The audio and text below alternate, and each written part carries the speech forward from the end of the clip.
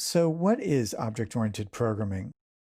Well, it was invented in the 1960s for a language called Simula 67, and then it was later picked up and used a little more widely in a language called Smalltalk. The simplest way to talk about object-oriented programming is as a paradigm or as a way of organizing our code.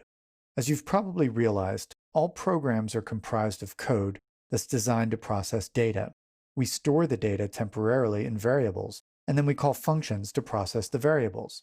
The object-oriented paradigm organizes the data into specially designed entities called objects, and the functionality for processing the data into specialized functions that we call methods. The design of these objects and methods is specified in a kind of a blueprint, which we call a class. This paradigm is one of the most important advances in software design. It promotes collaboration and the extension and maintenance of our code.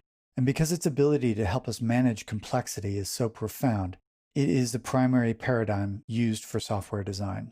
It's hard to overstate just how important it is to programmers every day.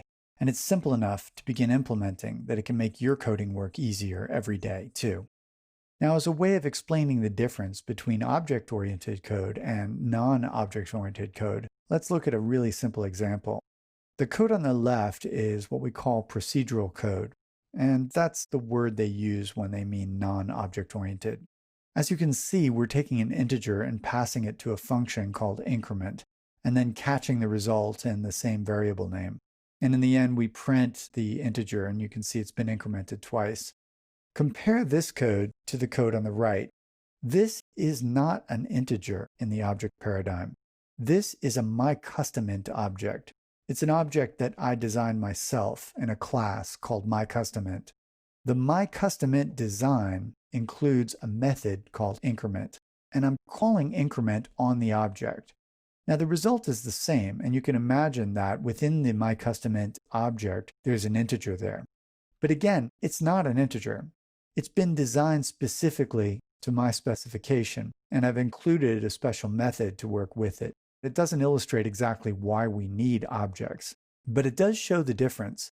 In the procedural paradigm, we might design a function that works with an integer, and it would be doing the same work as the object.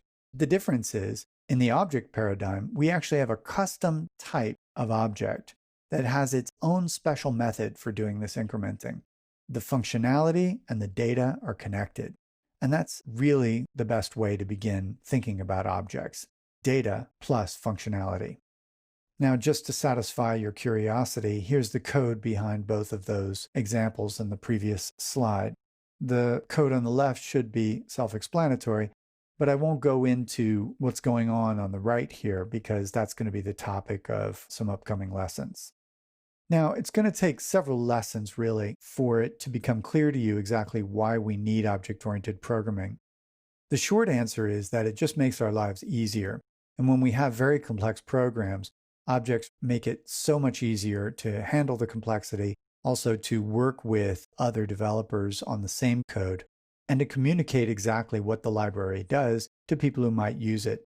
For this reason, object-oriented programming is a universal paradigm used in many languages. And it's safe to say that learning object-oriented programming is a necessary next step into the larger world of software engineering. Now, a full description of objects wouldn't be complete without talking about the three pillars. We're going to discuss each of these in upcoming lessons. For now, I'll just let you know what they are. I also might mention that I had this as a question in an interview many years ago. What are the three pillars of object-oriented programming? I wouldn't be surprised if they're still using this question. The answer is encapsulation, inheritance, and polymorphism. Those may not mean very much right now, but we'll be discussing them much more extensively going forward.